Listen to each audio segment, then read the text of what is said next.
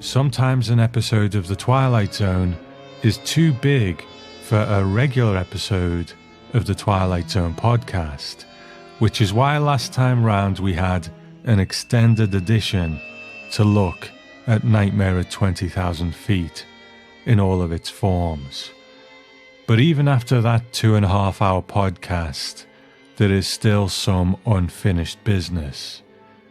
Now, as we know, Nightmare at 20,000 Feet was supposed to be covered 2 years ago in 2022, and I even had a Nightmare at 20,000 Feet month over at the After Hours Club on Patreon, with a reading, Twilight Zone radio, a commentary, all kinds of stuff. It was going to be a big deal. But unfortunately, life just got very busy at the time, and because this was a landmark episode, and I wanted to give it that extra special attention, I just wouldn't have been able to do that. I was gearing up for it though, and I even put our regular poll over on the After Hours Club on Patreon for members to vote and comment on Nightmare at 20,000 Feet. So before we get to anything else, why don't we tackle that? Now, at the time, 53 members voted, and of them, 50 called it top tier, 3 voted it mid-tier, and nobody at all voted it bottom tier, so probably not very surprising results there. And we had a few comments from members. Our old friend Uncommon NASA said it's top tier, but at the bottom of the top tier, hashtag hot take. Mark Mastal said top tier even with the Shat doing his thing and the teddy bear costume. Chad Boykin said not a personal favourite, but I'd say clearly top tier. It's one everyone knows and the suspense is palpable. My good friend Mark Ramsey said, I hope to write something half that good one day. Well, Mark is doing good stuff in the podcasting space all the time, so I think he's on the road to that for sure. Jay Howard said top tier, it has Shatner and Richard Donner directing, Matheson script, just perfect. Long-time friend of the show, Vera Bible, said top tier, though I think Shatner's best TZ work is in Nick of Time. Well, that's the old debate, isn't it? Which one's the best? So thank you, Vera. Nick Wakeling says clearly top tier. My good friend Roger Scarlett said, I watched The Twilight Zone during its first run, but cannot recall the specifics of those first viewings for the most part. But the curtain pullback in this episode was etched in acid on my 8-year-old brain. At that age, Nick Cravat's gremlin suit was not an impediment to a truly nightmarish experience. Top tier all the way. My good friend Brandon Shane Matala said the Lithgow version is better, and then in brackets afterwards, ducks and runs. Roger Moore says, when you say classic Twilight Zone episodes to serve man, time enough at last, will the real Martian please stand up, Eye of the Beholder, and It's a Good Life just instantly pop into your head. I definitely think this episode holds a spot with them in this category, and it's definitely top tier. The architect of the After Hours Club, Sean Fitzgibbon, says, iconic director Richard Donner manages to ratchet up the tension throughout this episode, and within the tight confines of a commercial airliner, and utilising a wonderful script by the great Richard Matheson. William Shatner is perfect as the tormented airline passenger with a history of mental illness. Christine White does a wonderful job trying to balance understanding her husband, while also suspecting that he may be suffering another nervous breakdown. Thank you, Sean. Harold Nomi says, narrowly misses out on the top tier for me. I did enjoy this story of man's anxiety being given flesh, and therefore made tangible by the Twilight Zone. That's how I see the story. The last shot is a bit of a cop-out in my opinion. I would have preferred that the existence of the gremlin remain ambiguous, but I suppose Matheson wanted a clear supernatural element in this one. Good episode with some great elements. Shatner was pretty good, though I did prefer his performance in Nick of Time to this one. And that was from Harold Nomi, aka Dave from Germany. Thank you, Dave.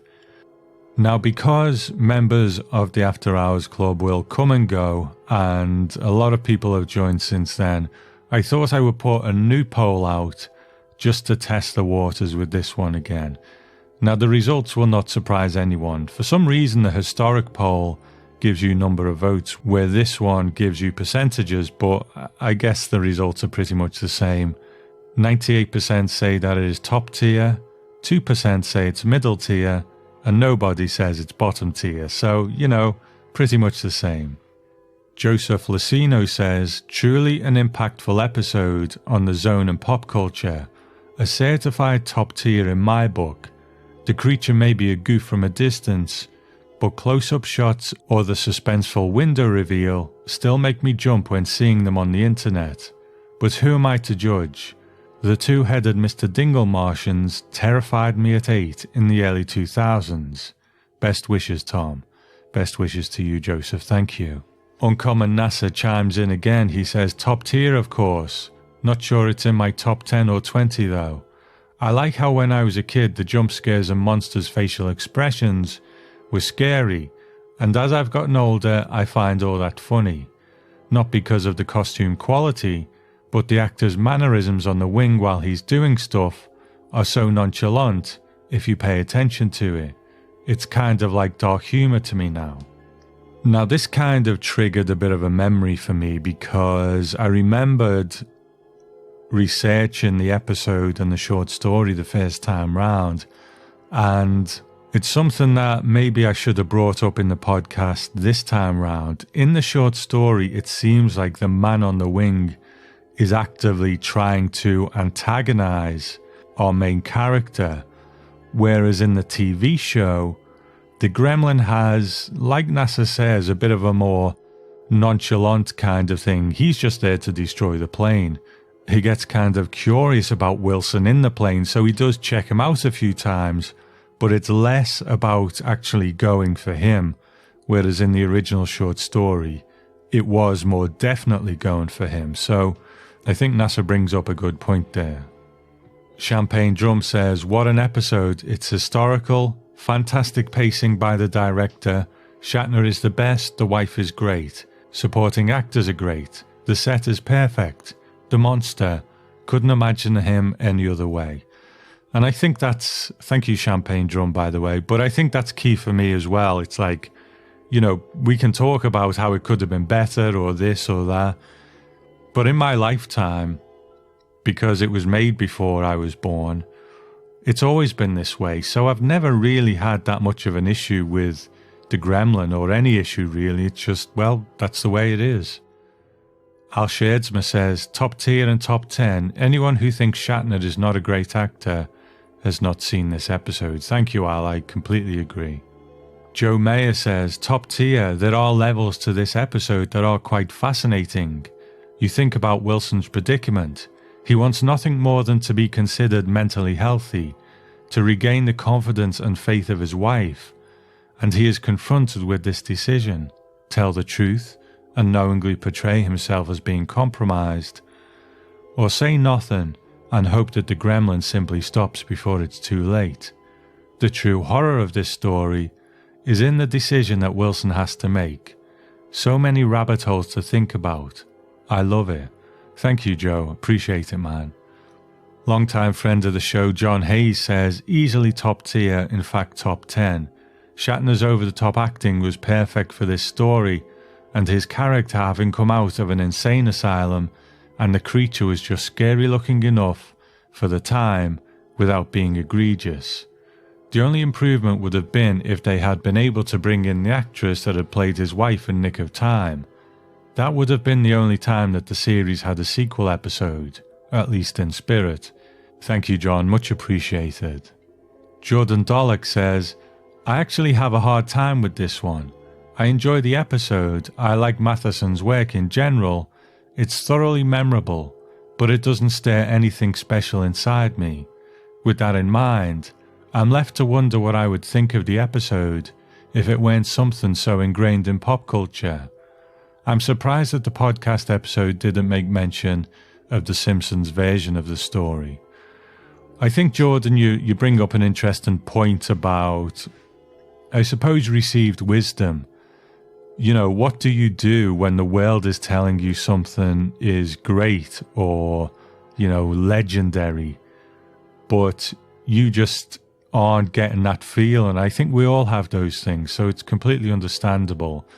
The podcast episode not mentioning The Simpsons. Well, I replied to Jordan on the post, actually.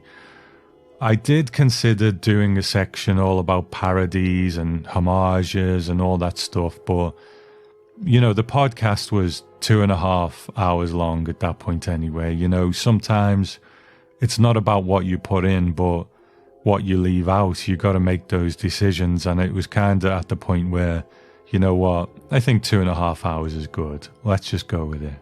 So thank you, Jordan. Our old friend Joe Brown says, I enjoyed this episode a lot. I don't think Shatner overacts here. I think it's genuine concern of flying, and then the gremlin shows up, making Shatner's anxiety at a fever pitch. I can't imagine what it's like to have to entertain a fear of something, and then forced to do it, while encountering an even more disturbing scene that no one else shares. I do like the ending where no one believes the character until they see the damage on the wing. Now what happened here? It's great suspense. Thank you, Joe, much appreciated. So that is our comments over on the After Hours Club, patreon.com/Twilight Zone podcast.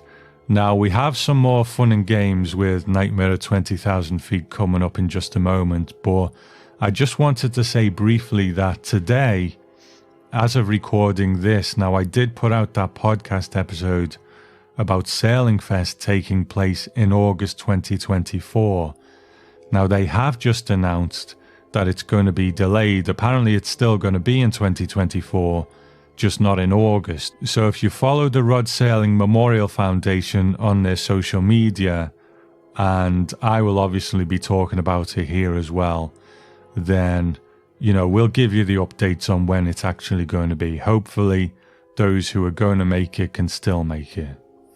Now, with that in mind, I just want to say a big thank you to some people because, as I mentioned, you know, this is a bit of a trip of a lifetime going to see Rod's statue, and quite possibly my last Sailing Fest. I would never say that 100% because, you know, I wish I could go every year. But if I'm going to kind of put a bookend on this thing, the first time I went, it was the 60th anniversary of the Twilight Zone. And this time, it's Rod Sailing's centenary year and also the unveiling of a statue. But it is an expensive trip. And I want to say a great thank you to some generous people who, since I announced the trip and Sailing Fest and everything, have been very generous in making donations towards my airfare and so on. And they are my old friend Mark Barnhill. Had a great time with him at Sailing Fest last time. Looking forward to doing it again this time. So thank you, Mark. I appreciate it a lot. Cara, she also made a donation. So thank you so much, Cara. I really appreciate it. And also Jim Thurn, he made a donation as well. Very generous donation. And Jim, I really appreciate it, man. Thank you so much. My old friend Chad, the author of the Twilight Zone haiku, still out there, still available. Amazon, Barnes & Noble, all those places. Or the audiobook narrated by me is also out there as well. Chad made a donation. Hope to see more of you in Sailing Fest this time round, Chad. And I'll be pointing them out. If you're around in Sailing Fest and Chad is around, I'll be saying, there's Chad Boykin. Go and get a book signed by him. Also, Joe Mayer, great friend of the show, Joe Mayer made a very generous donation as well. Thank you so much, Joe. I really appreciate it. You are, helping me make this dream trip a reality. And then Dane Bowerman. Dane has been a great supporter for a long time. Back in 2019, he made a very generous donation as well towards the trip, and he has done this time round as well. So thank you, Dane. I really appreciate it. And then Dennis Funk, another long-time friend of the show, a great supporter, and he too has made a very generous donation. And I got to say, this podcast, it is a lot of work. You sit in this room doing editing for hours on end and recording and putting things together and writing things. And I think the kindness and generosity that people show me at times like this. I never take it for granted, and I really appreciate it. And one thing I've done for anyone who makes a donation towards the trip, I've set up an Instagram page. Now, it's going to be private for anyone who makes that donation. Patreon people, just hold that thought for now. I will come back to you about that in the future. But anyone who's made these donations in this way will get access to this private Instagram account where when I'm on the trip, I will post photos there. I will post videos there, videos where, yes, I'm talking to you through the camera. So, it'll be on camera there in front of Rod's statue or wherever. It'll be a video diary on this Instagram account for people who have made donations towards the trip. So if you would like to make a one-off donation or support me on Patreon at the After Hours Club, go to the twilightzonepodcast.com/donate, and there's a couple of options there on how to do it. And like I say, if you do that one-time donation, then I will send you the details about how to get access to that Instagram account where, you will be along for the ride on that trip with me. And like I say, Patreon supporters, I've got you too, but we'll talk about that in the future down the line. But I've had some new members of the After Hours Club as well, and I will shout you guys out on the next episode. Now, originally when I meant to put out Nightmare at 20,000 Feet 2 years ago, I also put the word out for podcast listeners to send in their feedback on the episode. And I was going to play out that episode with those clips. But when I put the podcast together, it was just so long, I thought, let's just put that out and then clear up any other business in this extra episode that we're doing now. So I'm going to play out with those later on. But in the meantime, like I said, it has been 2 years since that episode should have come out. And one of the things that I do every month over in the After Hours Club is a monthly Twilight Zone commentary, and it's usually on a season 1 or 2 episode that I'd already covered in the podcast. But to celebrate Nightmare at 20,000 Feet, I brought in my old friend Zach Moore, and we did a commentary together on this season 5 episode, Nightmare at 20,000 Feet. And this was just a very off-the-cuff thing. It's not like a planned commentary with facts and figures. All the commentaries I do on there are just very spontaneous and on the spot. But it was just fun to sit and talk Nightmare at 20,000 Feet with my old friend Zach. So I'm going to play that commentary for you here now as a little bonus for you, the listeners of the Twilight Zone podcast, to kind of end the celebration, if you like, for Nightmare at 20,000 Feet. But if you are a member of the After Hours Club over on Patreon this month, Zach and I are going to get together again and bookend this with a commentary on the movie version of Nightmare at 20,000 Feet and just wrap this whole thing up with a nice bow. So this is the audio commentary that we did a couple of years ago for Nightmare at 20,000 Feet. And then after that, I will play out on some listener clips. And I think you can say that we've celebrated this episode pretty well. So thank you for listening, and I will speak to you soon here in the Twilight Zone.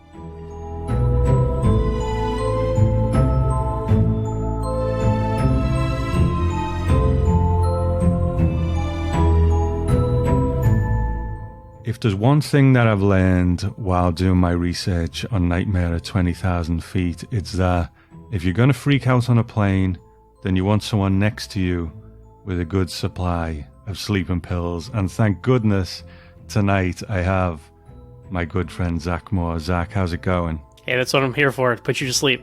So Thank you, man. Thank you. Just close the window. Just don't look outside. Everything will be fine. Just pass me another sleeping pill, please. Ever since I've known you, man, I don't think it's ever changed that Nightmare at 20,000 Feet has always been your number one. Has that been the same ever since you first seen it? I would think so. You know, I was introduced to all these things at a very young age by my parents who also watched these things back in the day. And when I say all these things, I mean the Twilight Zone and Star Trek. So it's like, it's hard to separate the two. It's like, of course you're going to love the episodes where William Shatner, Captain Kirk himself, is in the Twilight Zone. You're going to love those, right? But it also helps that they're very, very good episodes. Like, they're legitimately some of the best of the show, like, just objectively, right? And then favorites is so subjective, but it's like, if there's one that I will always think about and revisit, it's this one. And in addition to just like everybody gets on airplanes and sits next to windows, and it's just, you can put yourself in this more than a lot of, you're probably not going to go into space. You're not going to meet an alien, right? But you can put yourself on an airplane and be kind of nervous, right? And that's plays out from there. So I think all those reasons are why this ranks as my favorite. And there's so many that are my favorites, but if you have to pick one, this is the one for me. And I think it is, you're right. William Shatner, 2 for 2 in the Twilight Zone. I mean, we'll get into some of the kind of lore of this episode a bit as we speak, but I wanted you to be here, man, because I knew it was your favorite episode, and I wanted to do something a bit special for Nightmare at 20,000 Feet month here on Patreon. So it's always good to talk to you about it. And you and I, with Brandon, spoke about Nightmare at 30,000 Feet on the main show when that came out. So I thought it'd be a good idea to get you on here. But also, when I'm going to do the podcast, the first thing I do is I watch the episode. I don't take any notes or anything like that. I just sit and watch it, let it work its magic kind of thing. But I haven't actually done that yet. I am prepping the main show episode, but I haven't done the watch. So this is the watch. This is the watch. Yeah. So we're going to do it here live. And, I've not prepared any trivia, no facts or figures. I'm sure both of us will know a few as we go, but we're just going to sit and watch it and, and have a chat through it. So sound good? Sounds good to me. Usually I do, what did I think of it then? What I can't really do that on this occasion. So we will just go with it. So when you are ready, Zach, I will count us down. And at home, if you've got your Blu-ray, DVD, or digital copy ready, then we will go after 3. So 3, 2, 1, play. Okay, I think we're going. It's always a bit precarious when we're doing this kind of live on a podcast. You never quite know what's going to happen. So this Twilight Zone opening, is this your favorite? It's hard to say favorites. I think season 1 has just got a wonderful atmosphere to it. But in terms of iconography, this one's pretty hard to beat, isn't it? Right. The eye, the door. What about you? The same. I think it's just because it's been reused, like in the movie, right? Mm-hmm. And I think that alone kind of cemented it. And it's in 2 seasons, and all the other openings are just in 1, or even less than 1 in some cases. So. Yeah. Here he is, the man himself. There he is. I'm always kind of sad that, you probably know the trivia that they wanted to get the wife from Nick of Time to do this as well. Mm-hmm. Matheson wanted that, but they couldn't get it to work out for whatever reason. I think that's interesting, but then it's also very confusing. So it's probably for the, because this is not the same guy, No. It's one thing to have returning characters, but then to have like returning couples, Yeah, it would have just set geeks kind of like us, filling in those gaps for years on end. Maybe he changed his name, after that experience. He had a mental breakdown in a diner, very much like this one. Yeah. Oh, smoking on planes. Did you ever go on a plane when you were still allowed to smoke? I remember there being ashtrays on planes, but I think when I was a kid, but I think even by that time it had been banned from airlines, like in the early 90s.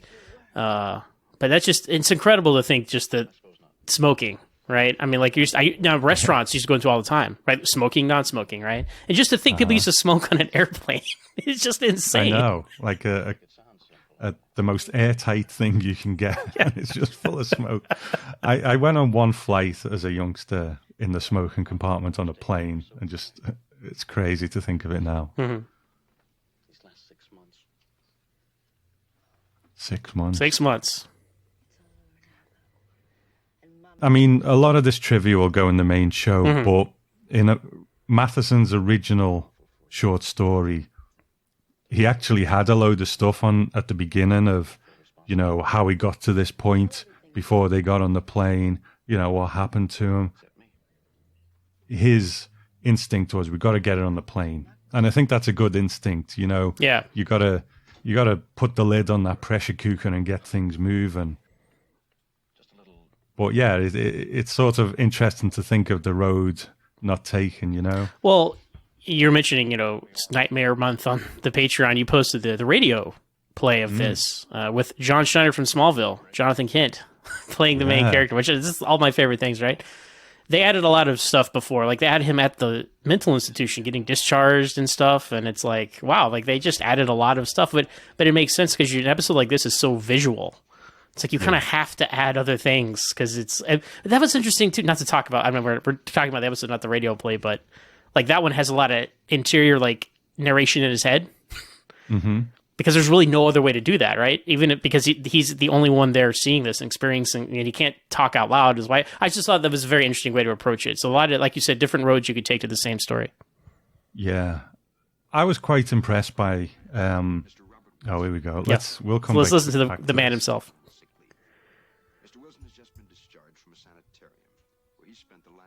Shatner does good work here, man. Shatner always does good work. He gets a bad rap. Just look at this acting. Yeah. Oh! Flip pan. I mean, that's kind of iconic, the terminal sign behind him. We've seen this image a lot, but he needed to be sat on that plane, you know, smoking, with the no smoking sign on next to him. You know? Darkest corner of the Twilight Zone. Yeah, whenever you, like, I'd say 1 out of every 5 pictures you see Rod Serling in an article somewhere is him in front of that terminal sign for whatever reason. So yeah, but it's a real shame, right? But yeah, I think John Schneider did a great job on that, and you're right, because he directed by Richard Donner from Superman the movie. I know. So many Superman. He directed so many episodes in this season. I think he directed about 5. Mm-hmm. Probably this is the only one we all remember, though, right. Unfortunately. I'm sorry, I didn't mean to cut you off about talking about John Schneider. Yeah, he really had a lot of heavy lifting to do with it, you know, because all this visual stuff isn't there, and I think he'd done a really good job of it. Mm-hmm. She's been on the sleeping pills already. Yeah, what are you doing? Yeah, and how many airplanes have you been on where there's 2 seats? I can't recall. Sometimes there's like 3 in the middle, 2 on each side. Yeah. But I've never been on where it's just 2. That's so nice, because if you're traveling with like a friend or your significant other and there's 2 of you, there's always that like, who are we going to have to sit by? And it's like, if there was only just 2 seats, it would really clean it up. So. Okay, he's already there. In a way, that's probably the best shot of the thing, of the gremlin, where you can barely see him. You can just see the movement in the distance. Yeah, the more you see... Yeah. There we go. That's a GIF right there. There's so many GIFs from this episode you use as reactions. And you've used them all. I've used them all. What? What? It's amazing, though, you know, from the short story, how much of it is really... dead on, you know, like I was shocked as well, like lines directly from that into this. I figured there'd be a lot more variation, but even though the wife isn't there, they lift so many things line for line. And the behavior of the gremlin as well, you know, the way it floats onto the wing and stuff like that. Yeah, I always criticized that in the episode. I was like, why is he doing floating on and off? That's dumb. But in the story, they explain it exactly like that. I'm like, wow, they're actually being faithful to the words. Well, I mean, you'll hear it in the main show because there's a big section about gremlins, but it's based on actual kind of airplane folklore, where like all these World War II pilots would crash their planes and they'd be like, it was a gremlin, you know, there was a little creature, it done this, it done that. And it was so well known that it just became this kind of weird phenomenon. And apparently the people who said it really believed it. But they would describe things like this, gremlins flying onto their plane and getting in. And I think an explanation for it that's kind of been floated is because the planes were so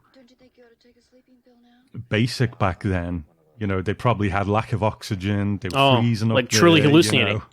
Yeah, they were just hallucinating. And because it was in their mind that other people had seen them, then they saw them as well. So, okay. So, I think it's all kind of based on that, really. No, it's interesting because you think about the term gremlin, and these days everybody, I don't know if everybody does, but you think of the movies, gremlins, right? Little critter guys running around doing their nonsense. And then also the term gremlin is still used for like software, like, oh, there's a gremlin in the software, your computer crashed. Like that terminology has but that's way off from what it was back in the day. But it's interesting that sticks with us even today. That's it, yeah, based on the similar thing. And like I said, Shatner's a great actor. Okay, like I will defend him to my last breath because like when he's like such subtlety he has to put on display here. Like look, like it's all on his face. Like and yeah, when he turns it up to 11, which is great. Here Captain Kirk, other places, he knows what to do, right? But he's just there's a reason he's such a successful actor for like 60 years, right? Yeah, definitely. Oh, here we go. Look at this. Here we go. Just a little tiny reaching up to the curtain. Biggest jump scare ever coming up right here. Wait for it. Ah! Hey. That's creepy. Okay, yeah, it looks kind of fake. Okay, but if you're a 5-year-old kid, like I was when I first saw that, that just burns into your nightmares forever. It's one of those things. I think we can kind of talk ourselves into something and talk ourselves out of something sometimes, you know what I mean? Mm-hmm. You could probably be with your friends having a bunch of beers just laughing at that. Right. Or you can kind of lean into the magic a bit, and just go with it. I love how he covers it here. He's like, are we going to a store? Yeah, we are. No, and it's interesting. We mentioned the radio play, but the way that was the one time I thought, okay, I think they were leaning into the narration a little too much. Like John Schneider's like, I reach my hand up to the curtain and I hold the curtain and there he is floating back. Ooh, that's a rough shot, but that was the one time I thought, okay, that's a little much, guys. But how else do you describe that in audio, right? It's such a visual jump scare, And I think if you're leaning onto that folklore. The folklore is that we are going to a place where these things live and we shouldn't really be there, and so they're going to float down or that kind of thing, right? There has to be some mystical element to it because there's no way anything could stand on a plane planes go pretty fast. They're going thousands of miles an hour, so and this is when you start to see like the feet. I'm like, oh, come on. That's a little much, guys. Like, it's clearly like a boot or something. That's when I really, like, right there. Oh, right like, there. come on, man. Yeah. There we go. There's a GIF. There's a legendary Shatner GIF for you. You use that one all the time. Well, a lot of things are worthy of that reaction, so. But this guy, he was a gymnast, and I just think, the stuff you probably could have got him to do, if he wasn't encased in like 2 foot thick of wool, you know what I mean? Yeah, because like in the story and even look at that. What is that? He just jumped off the wing for those just listening, but in the story and even in the movie is like Brandon and I, our friend Brandon Shimatilla, right? We always go back and forth about which version of this is better. He likes the movie version better. I will admit the movie version is a much better gremlin, much better monster. Oh yeah, there's no question. But that's a lot more faithful to the story. Like it's a little guy with a little hair stringing out, and he's a little wiry dude. And anyway, I don't know what I mean. and the story does call him a man most of the time, doesn't it? I'm pretty sure it says when he's got this, and talking about it, he's saying there's a man out there, But I guess what else are you going to There you go. Now he called it her gremlins. She's like, what?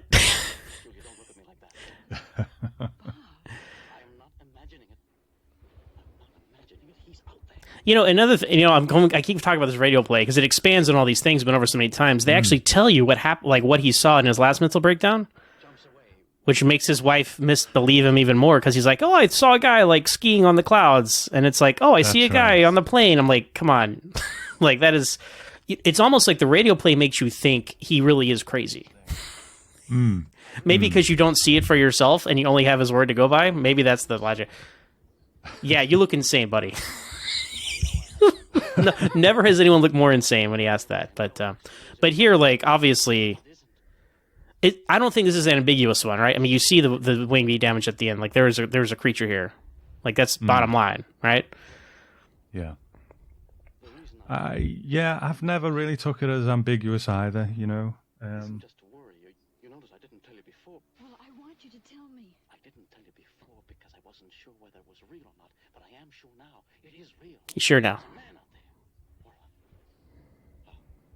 a gremlin or whatever. Yeah. Yeah, look at those facial expressions. It's funny as well, and I know we keep going back to the radio play, but the way they fill little narrative gaps, like conversations between the pilots and stuff like that, that's all there.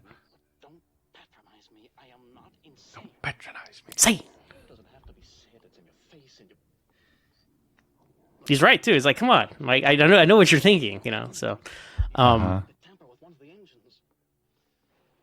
But I remember reading this back in the day, and I'm looking forward to your official episode on it on the main podcast. But like, I remember in the companion, like, I think Richard Matheson didn't like. I mean, I don't know how the creature looked. Like he said something about how like there was going to be a different director and they were going to do it differently, and he would have preferred that than what Richard Donner did. Yeah. I seem to remember that from back in the day, but. I mean, I love Richard Donner, right? Superman the movie is my favorite superhero movie. I mean, he's a great director. He did Goonies and Lethal Weapon, and prolific director. Mm-hmm.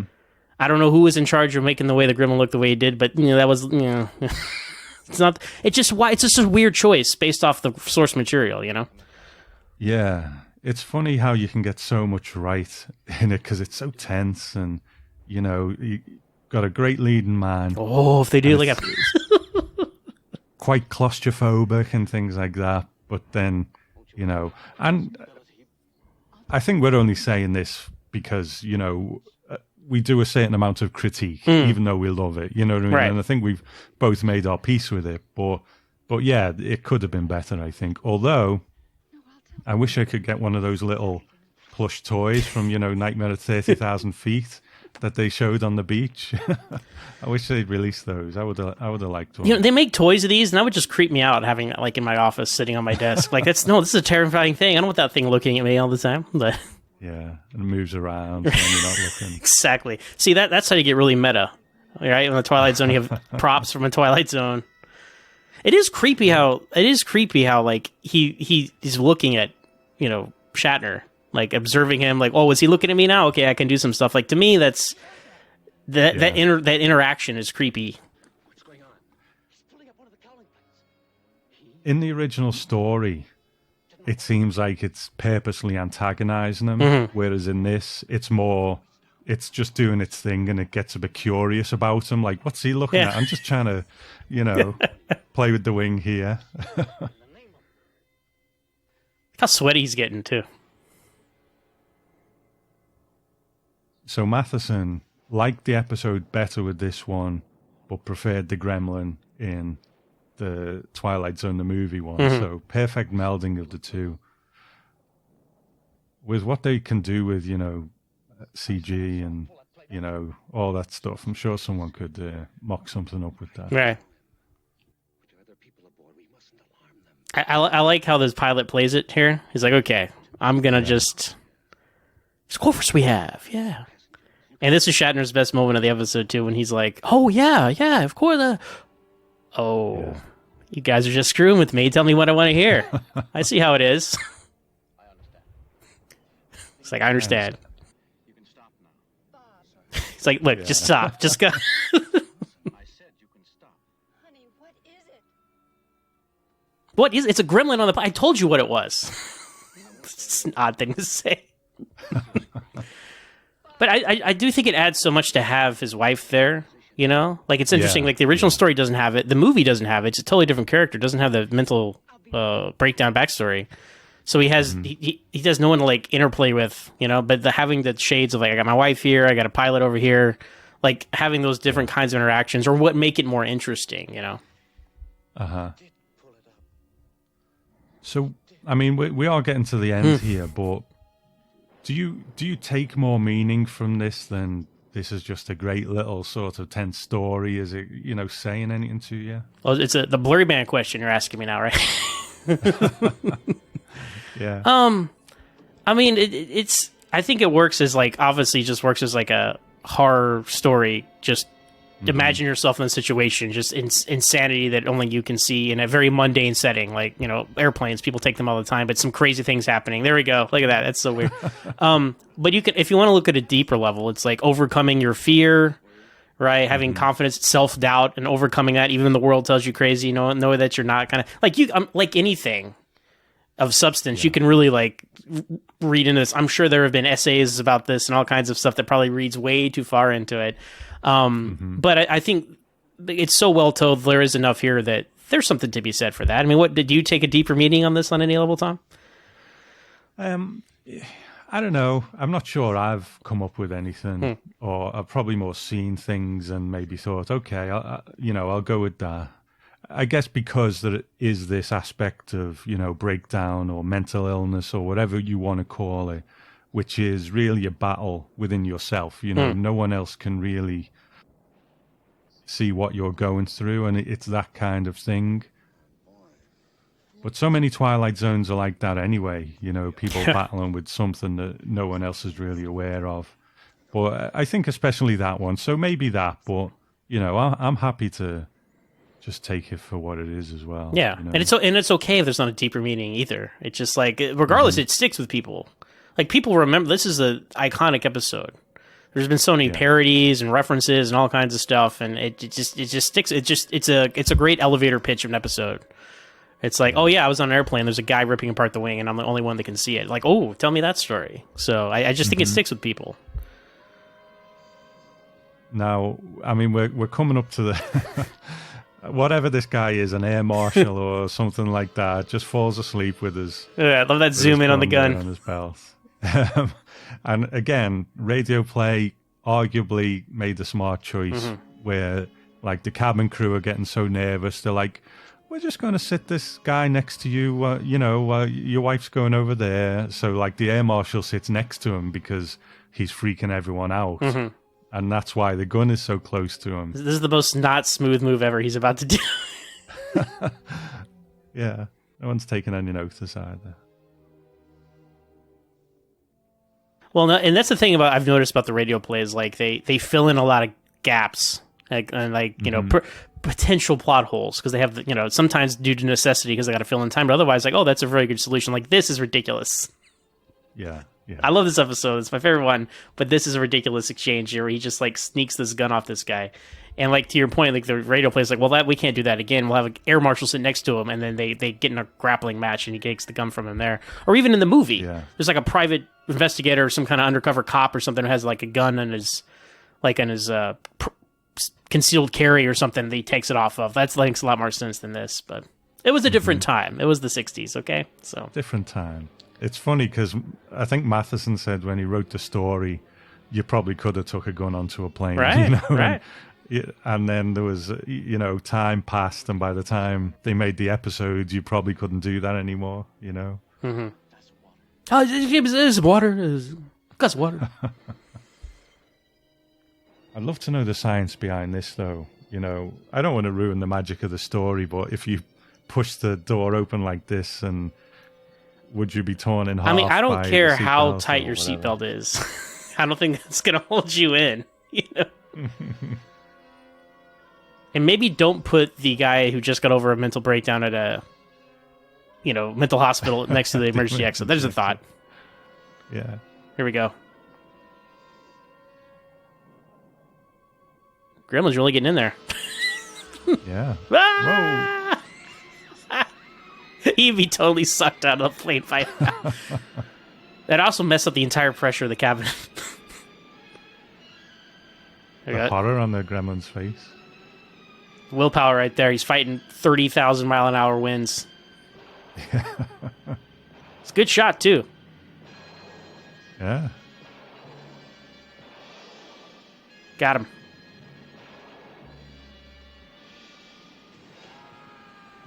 Ah!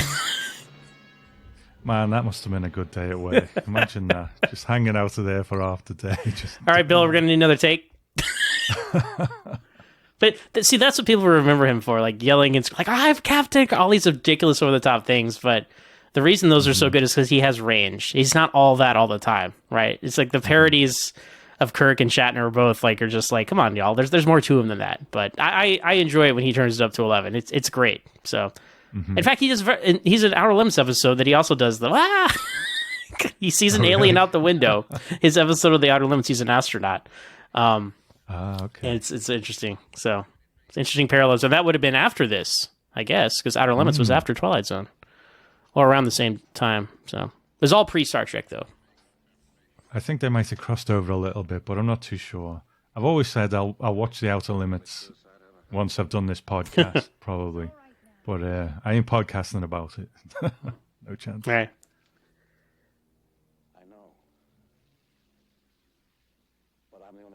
I'm the only one who does know. So Rod seems to... Right now. Yeah, Rod seems to think he's going to get vindicated as well. Oh, they're going to cover this up, right? Yeah, even if you saw this, you're not going to be like, it was a gremlin after all. You would just think it was like, you know... This is one of the most Sterling-esque outros. There's so many multiple syllable words. Tangible manifestation of trespass. Tangible a quarter. Wow. It's brilliant, though. We laugh about it because it brings us joy. Because it's like, man, this is poetry right here. So, what's coming up next? Oh. Okay. So, I mean, I really enjoy that, even though we talked all the way through it. That's what the people want. That's what they're here to hear, us talking through it. Exactly. Yeah. They don't want to sit and listen to us being silent throughout it. Wow. But, let's just run quickly through the other versions. Sure. Then. So we spoke about the short story a little bit through that, but anything you want to mention about that? No, I guess mainly the fact that he was by himself and like he had a gun on him. You know, as you said, like he brought that on himself, which they kind of had to change because of rules and stuff. But and that he was already suicidal, I guess, was another part of the short story, right? Like he brought it on to like it's implied that like I carry it to protect myself, but also to maybe kill myself because I don't like my life. I'm like, oh, that's super dark, Yeah, definitely. And I don't think, correct me if I'm wrong, in the short story there's not any kind of like reveal that was real. Just kind of ends with him like, oh, they'll see, and then it's like, well, will they? Maybe you were crazy. I don't know. So I don't remember now. Yeah, I don't remember. I'm not too sure, but I really enjoyed it, to be honest. It's just all those little differences are fascinating to me. Yeah, all those little choices that they make and how one leads into the other. Like the fact that, well, we can't really say he's got a gun on the plane now, so what are we going to do? And how the fact that he hasn't got the gun, how can we now portray his mental state? We can't just say he's a suicidal guy who got on a plane anymore. So what are we going to do with that? It's all very interesting. And I think in the Lithgow version, wasn't he just afraid of flying? It's been a while since I watched that one. Yeah, he's just really afraid of flying, and he's a complete wreck the whole time. I like that version. Right, George Miller, another great director, did that version. It's probably the best segment of the Twilight Zone, the movie. But when you lose the backstory of like the whole, battling his own, mental struggles, you lose something there, and then it's more of a horror show, and then it's a very impressive horror show. But he's just yelling and screaming at like children and just flight attendants and stuff. It's just so, but it's John Lithgow's a great actor, so he's a good successor, I think, and that's a great version. And they definitely stepped up the special effects, so that alone justifies that one's existence. I do enjoy that one. I'm obviously going to have to watch it again for the main show, for that deep dive show. But it's been said by more people than me, so I'm not observing anything that no one else has said, but how, Shatner starts off as a slightly nervous guy and, then takes it right the way up there, whereas Lithgow is right up there from the beginning. Right. And just, I think that's the main thing about it. And I think that's why Shatner's is more interesting to me, whereas, Lithgow's is just that horror show, which is fine. Right. And then Lithgow's, though, they actually have the crew discovering the damage to the plane. And they're like, hey, there was something up there. And then in the radio play, they literally take that ending. Like, it's almost line for line the ending from the movie, and they kind of mix them together. But I still think... I think Rod's being optimistic. We're thinking that, he's gonna. What? Okay, you get out of your straitjacket now, sir. There was no. You just opened an emergency airlock on an airplane. You're still gonna be in trouble. All is forgiven. All is forgiven. You see, I thought on the radio play, because the two guys are fixing the plane, aren't they? And they're like, "Oh, what happened here?" And they just kind of go, "Oh well, let's get to work." So it seems as if they're just going to fix it and not say anything to anyone about it. But then the closing narration says that it's going to be discovered and he's going to be vindicated. And all that. You can't mix those two together, right? Like, because the movies don't have ending narrations, do they? They just have the opening narrations with Burgess Meredith, and which I always like. I feel like you always need a closing narration. Like, I feel like you set it up, you take it down. There's something for the night gallery, right? Like, you have intros, but no outros, and it feels so incomplete. I'm like, no, you just left us with this horrible, like, I need some reassurance, Rod. Help me out here, man. What am I supposed to think? But that's a good point. You're right, because the guys are like, well, let's get to work. They're never going to know. John Schneider's going to be back in this mental institution forever. Thanks a lot, y'all. Yeah, either that or prison, one or the other. But, and then, you and I, like I said before, we spoke on the main show about Nightmare at 30,000 Feet, which isn't really a remake, to be honest. But I don't think I could do the deep dive on the main show without at least mentioning it. We watched it when it first came out. Our thoughts were all over the place. It was like we were like kids at Christmas. Right. At that point, we kind of missed what that episode was really about. And I'm not going to get into that too much. Have you watched it since? Have you reevaluated it, or do you still like it? What are your thoughts? I like it. I feel like it invited too many comparisons to the original because of the title. Because even like we even like a special episode about remakes, like when they just announced it, right? And we're like, oh, what's it gonna be, right? And all these sorts of things, and that's it, because even the press release were like, Adam Scott will be playing William Shatner's character. I'm like, well, no, not at all. It's about something totally different, right? It's about your own, like, they could have titled it something else, and you could be like, oh, wow, it's kind of like the one with the guy on a plane. But how many Twilight Zones are about guys on planes or with planes? That could be its own category, right? I mean, planes are just the aircraft in general, spacecraft. I like a lot of other ones a lot more, so it's really, when we first saw, I'm like, okay, cool, yeah, we're back, Twilight Zone, right? But I mean, it's kind of gone down on my list. Not that it's like I think it's worse or anything, but just ultimately, as if everybody go back and listen to our episode about that, it was ultimately kind of confusing. I think they put a little too much in there. I was still confused. I still don't know what happened in it. You talk about reevaluation. I'm like, was that other guy real? Are they in purgatory? Did they all die? I don't know. And I don't know if they know. And it was just that to me, that still throws the whole thing off, the confusion. Right. So that's ultimately where I land on. It was entertaining. Adam Scott's great. You feel just as awkward of him like accusing people of being terrorists or something, right? As you would of seeing a monster on the plane. Right? It's a whole different kind of like horror and uncomfortableness, but that's very relevant to today, right? So all that stuff still tracks, but just the end just totally throws me off. So at the time, I think you and Brandon said they maybe go a step too far. I think if time was no object, we would have probably done the trilogy, just commentated all three. But, right. And I think that would have been quite fun to do. But I think you and Brandon said they went a step too far with, they all survived and they're on the beach, but they never found them. And I wasn't too sure at the time, but now I think I agree with you that, they should have just finished with "Good night, New York" or whatever he said as the plane was going down, and that would have been a good ending for it. I still really like it. I still really enjoy it. I think it's well directed, pretty tense, but as with quite a few of those new Twilight Zones, I would shudder to go back and listen to some of the recordings because I think I missed the point of a lot of them at the time. You know what I mean?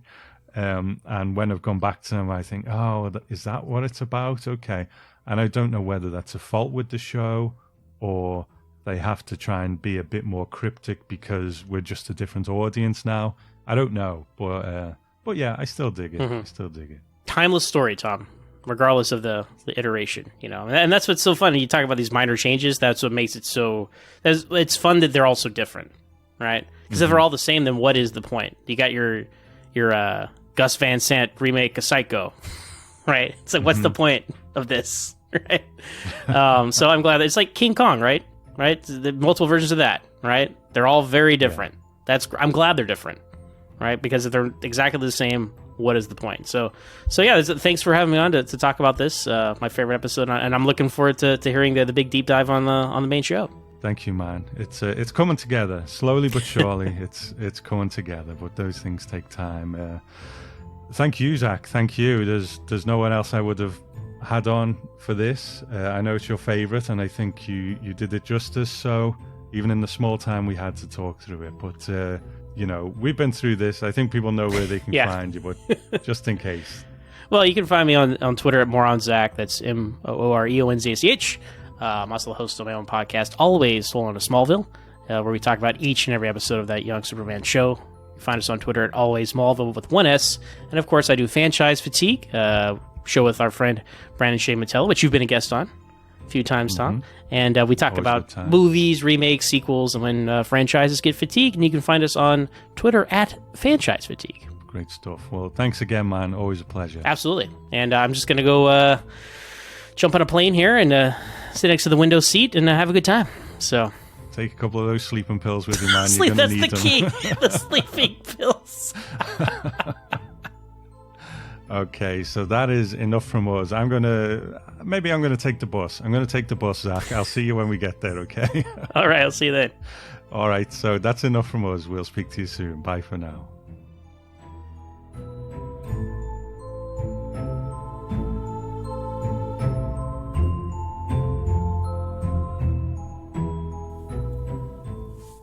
Hey Tom, Josh Chambers here. Fantastic job on this episode. I know all of us podcast diehards have been waiting for this for quite some time, and you really did deliver. So thank you.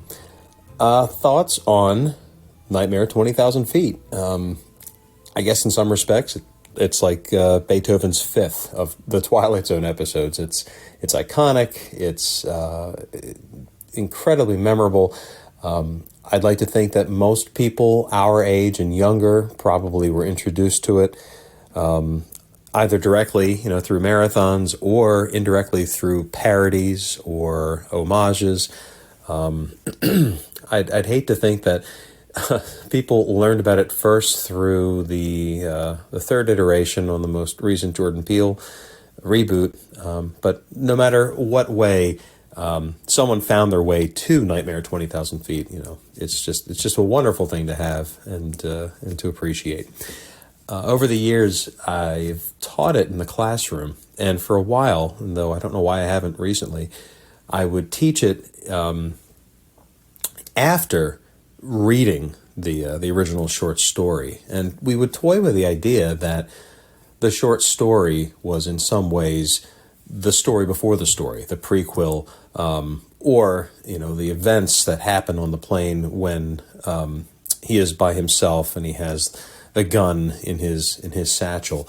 That's what led to his breakdown and then his wife coming to bring him home. So sort of a sick loop that he's forever going to be getting on planes and forever seeing something on the wing. So once again, Tom, thank you again so much. It was a joy to hear the episode and your breakdown, and that little stinger at the end was from 30 Rock was fantastic. So again, thank you and cheers. Hello, Tom and listeners. Roger Moore here from Brownwood, Texas. ready to leave my thoughts about A Nightmare at 20,000 Feet. I'll just start off by saying, out of Shatner's both performances in The Twilight Zone, I prefer Nick of Time over Nightmare. Now, that doesn't mean that I think Nick of Time is a more superior episode than Nightmare at 20,000 Feet. So, with that said, what do I think about Nightmare at 20,000 Feet? Not only do I think that this episode is a classic Twilight Zone episode, but it's also an iconic Twilight Zone episode. It's been referenced and parodied quite possibly more than any other episode in the entire series. SNL has done it, The Simpsons did it, Third Rock from the Sun had Lithgow and Shatner in that one scene at the airport.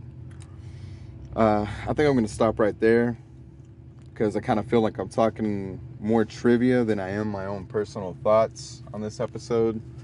So let me get back to it. I used to kind of always imagine that Nightmare at 20,000 Feet was like a continuation to Nick of Time. You know, Dawn and Pat, they're newlyweds. Everything's fresh, new, and exciting for the both of them.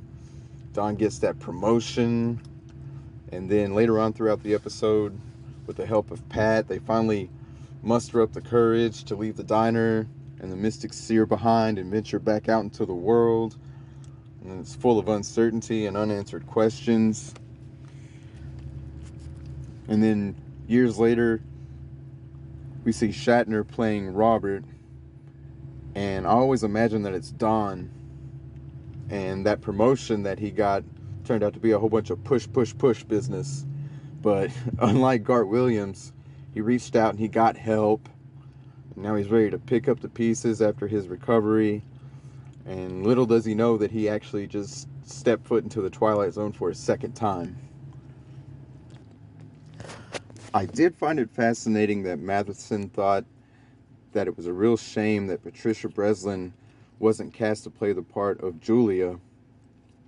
But I think Christine White does an awesome job. There's one scene in Nightmare at 20,000 Feet that really sticks out to me. And it's the scene where the flight engineer goes and talks to Shatner. And Shatner, for that brief moment, has someone believe in him and he's not crazy. And he starts to get a little bit of relief. And his anxiety subsides for a minute. And then he just goes completely stone-faced and he gets real serious. And he realizes that they're pretty much just trying to keep him calm until they can figure out what to do with him. I always thought that split-second change was really brilliant on Shatner's part. I don't know why. It's just he goes from one character to almost a completely different character. Anyway, Tom, that's pretty much it. I'm going to go ahead and cut it a little short and give somebody else a chance. Until next time. Hey there, Tom. Harold Clark reporting in from Buda, Texas, talking about Nightmare at 20,000 Feet. So I have used dozens of Twilight Zone episodes as material for Bible studies for the youth at church. And this particular episode was one that went over very well. If anybody wants to know the deep dive from a spiritual angle, hit me up on the Telegram app for Twilight Zone. However, in general, the great thing about this episode is there's so many things that you can pull out of it, just questions to spark discussions. And again, you know, who knows what Matheson had in store in mind for this, but this, again, it's one of the favorites, and it's just unbelievable how much you can get out of this episode. So I preface all this by saying the gremlin in this episode can equal any problem that you're going through. It could be like it is in the episode where it's a nervous breakdown, but it could also be relationship problems. It could be depression, alcoholism, issues at work, money woes, fill in the blank. Whatever issue you're going through, let's look at it through this lens and see what this episode can tell us about how to maybe approach tackling that problem. So the first thing that pops up is the wife takes a sleeping pill to basically remove herself from the situation. Interesting idea. We will come back to that in a minute, but I think it's interesting at the very beginning. We have to set him up to basically try and tackle this problem alone. He does see the gremlin, so he sees the problem. He acknowledges the problem, whatever that problem is, and he does call for help. So he doesn't deny that the problem exists. He actually calls for help. He does indeed take a sleeping pill. We'll come back to that. The key scene for me is when he has the curtain closed and he has to decide, do I pull the curtain open or not? Should I keep the curtain closed? Meaning, should I just have faith? Should I have trust that the problem is going to take care of itself?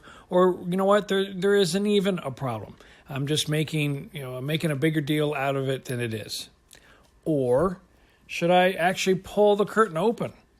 Should I face the problem head on? Should I not, bury my head in the sand, so to speak?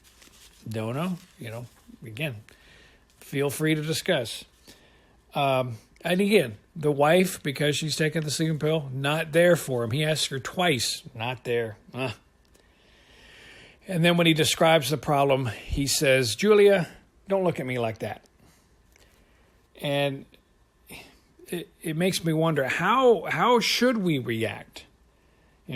When somebody is going through an absolutely unbelievable situation. I mean, it's nature for us to question something that's fantastical or unusual or weird, right? Or even just something that just comes at us out of the blue and we're just not really prepared to respond. How do we do that? Not sure. He actually recognizes the solution to his problem. He says the gremlin jumps away when anybody else might see him except me. He realizes that this needs to be a group effort. In order to tackle X problem, whatever the problem is, he's going to need support from his family and from professionals, from the flight attendants, from the pilots, etc., like that. He does eventually say, hey, get the pilots to actually, watch the wings. But the problem with that is he's still going through the problem alone, even though, quote unquote, the pilots are going to be looking for the wings. Unless he can see that's not really going to help him. Is there another solution to the problem? Another way to tackle this situation? Maybe a different seat on the plane. Maybe a different, an area where he can't see that there is a problem. Is that a good thing or a bad thing? A different mode of travel. Does it have to fly on a plane? Can it be on a car? Can it be on a boat? A train? I.e., do you need to put yourself in a situation that you're weak in? Even though maybe a medical professional has told you you're okay, but you know yourself better, and should you put yourself, again, in a situation where you're not mentally, physically, spiritually strong enough to handle that situation? So you know what, let's go somewhere else, let's do something else, and maybe 3 months, 6 months, a year, 10 years down the line, I'll finally be able to take on this problem. So is this about pride? Think about that. Is this about his pride? Does his wife have pride? The pilot, was that pride that he had? Was it pity? Was it just indifference? Who knows? Again, good things for discussion.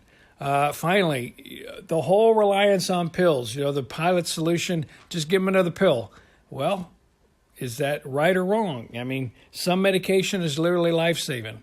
Other medication is literally life-destroying and addictive. So, pros and cons of that. Use of a gun, especially in this time. Is it good or bad? How about the ease of how he got a gun? Is that good or bad? Is violence the answer to the problem? Was it self-defense? Was it done selfishly, or was it done to help other people? Just, I got 5 pages of notes, and I've already run long. But I hope you can see that there's just so much stuff that even though this is about a funky-looking gremlin on a wing, that it's actually about any problem that you're going through and what are some things we can do to tackle it. So again, that's just my 2 cents. Again, hopefully this is some good food for thought for you. I got to cut off. So again, looking forward to hearing everybody else's thoughts, and we'll talk at you later. Bye. Hey, Tom, Chad here, checking in on Nightmare at 20,000 feet. I don't have a whole lot of substance to say other than this is definitely a top tier Twilight Zone episode. And I also will proffer that this is a top tier Twilight Zone podcast episode. Clocking in at 2.5 hours. We get a great setup of the host being on the flight. We get the great interview with the expert. We get to cover all the ground, the backstory. We get the little twist ending. This is just a fantastic episode. Well worth the wait. And the only sort of thought I have is that, late 50s, early 60s, I imagine a lot of people watching the episode probably hadn't flown very much, or, maybe they had taken one flight. I mean, commercial airlines have been around, probably since 1915, 1920, and we're only talking about 30 years by the time this episode comes on. So I think putting ourselves in the position of the viewer, for whom flying in an airplane probably is relatively new as far as, most of the population goes at that time, I imagine this was all the more terrifying. And as far as the gremlin on the wing, man, I thought that was a cool suit. I love those old style effects, and it was we could look back at it today and maybe laugh at it because we've seen so much more, but putting ourselves in the shoes of viewers at the time, that thing was pretty creepy and weird, and it's definitely an iconic part of the Twilight Zone. So yeah, great episode, both of the show and of the podcast. Hope everybody enjoyed it. Cheers.